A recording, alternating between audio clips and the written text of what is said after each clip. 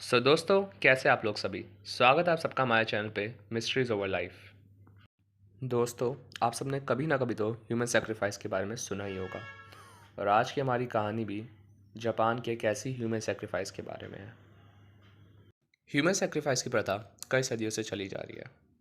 को- बहुत सारे अमीर लोग या राजा महाराजा अपने टाइम में कोई भी बड़ा काम करने से पहले या किसी जंग पे जाने से पहले भगवानों को खुश करने के लिए ह्यूमन सेक्रीफाइस करवाते, जिससे उनका काम अच्छे से हो जाए और उनकी जीत पक्की हो जाए। ह्यूमन सेक्रीफाइस को हर जगह अलग अलग तरीक़ों से किया जाता है और इसको हर जगह अलग अलग नामों से ही जाना जाता है। आज के स्टोरी में हम जिस ह्यूमन सेक्रीफाइस की बात करने जा रहे हैं उसका नाम है हितोबाशिरा। हितोबाशिरा जापान में 16 सेंचुरी तक प्रैक्टिस करी जाती थी। हितोबाशिरा एक ऐसा ह्यूमन सेक्रीफाइस है जिसमें विक्टिम को जिंदा ही दीवार, पिलर या डैम्स में दफना दिया जाता है और उसकी वहीं पे मौत हो जाती है। जापानीज़ लॉर्ड्स का ये भी मानना था कि हितोबाशिरा सेरेमनी परफॉर्म करने के बाद गॉड्स खुश हो जाते हैं और सेरेमनी को परफॉर्म करने के बाद गॉड्स उन्हें हर टाइप के नेचुरल डिज़ास्टर जैसे कि फ्लड, अर्थक्वेक या किसी भी अटैक से प्रोटेक्ट करते हैं। मारुओको कासल इन सकाई ये एक ऐसी जगह है जहाँ सबसे ज़्यादा हितोबाशिरा सेरेमनी से रिलेटेड किस्से सुने जाते हैं। और आज की हमारी कहानी भी इसी मारुओको कासल के एक ऐसे ही किस्से के बारे में है। मारुओको कासल के कंस्ट्रक्शन के दौरान मारुओको कासल की एक वॉल बार बार हिले जा रही थी। कई सारी कोशिशें करने के बाद भी उस हिलती हुई वॉल की प्रॉब्लम का सलूशन नहीं मिल पा रहा था कि अब उस हिलती हुई वॉल को कैसे रोके। ऐसे में एक आदमी सामने आकर कासल के लॉर्ड को एक आइडिया सजेस्ट करते हैं कि क्यों ना हितोबाशिरा सेरेमनी परफॉर्म की जाए इस प्रॉब्लम को सॉल्व करने के लिए।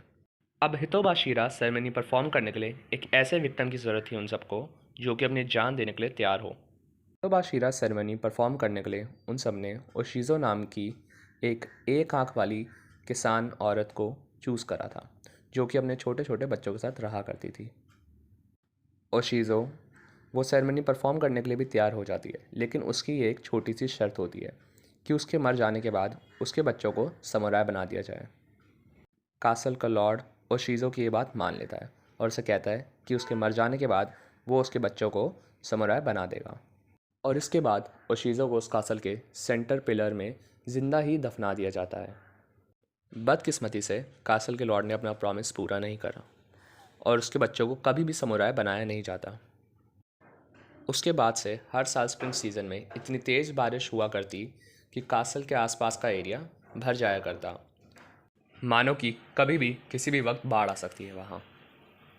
वहाँ के कई सारे लोगों का ये भी मानना था कि ये बारिश ओशिज़ो के आंसू है जो कि इस लॉर्ड से बदला लेने की कोशिश कर रहे हैं, क्योंकि वो लॉर्ड अपनी बात पे नहीं रहता और उसके बेटों को समुराई नहीं बनाता।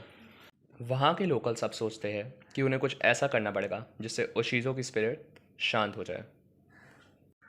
कुछ समय बाद ही वहाँ के लोकल्स ओशिज़ो की याद में और उसका गुस्सा शांत कराने के लिए शहर के बीचों बीच एक टॉम बना देते हैं, जिसकी वजह से ओशिज़ो का गुस्सा शांत हो जाता है। आज की कहानी के लिए सिर्फ इतना ही दोस्तों। आपको क्या लगता है, क्या ह्यूमन सेक्रीफाइस की प्रथा सही थी या गलत? मेरे हिसाब से तो गलत थी।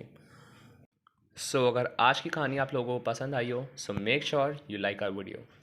और ऐसी हैरान कर देने वाली कहानियाँ और फैक्ट सुनने के लिए make sure you subscribe our channel mysteries over life. तब तक के लिए अलविदा, मिलते हैं अगली वीडियो में।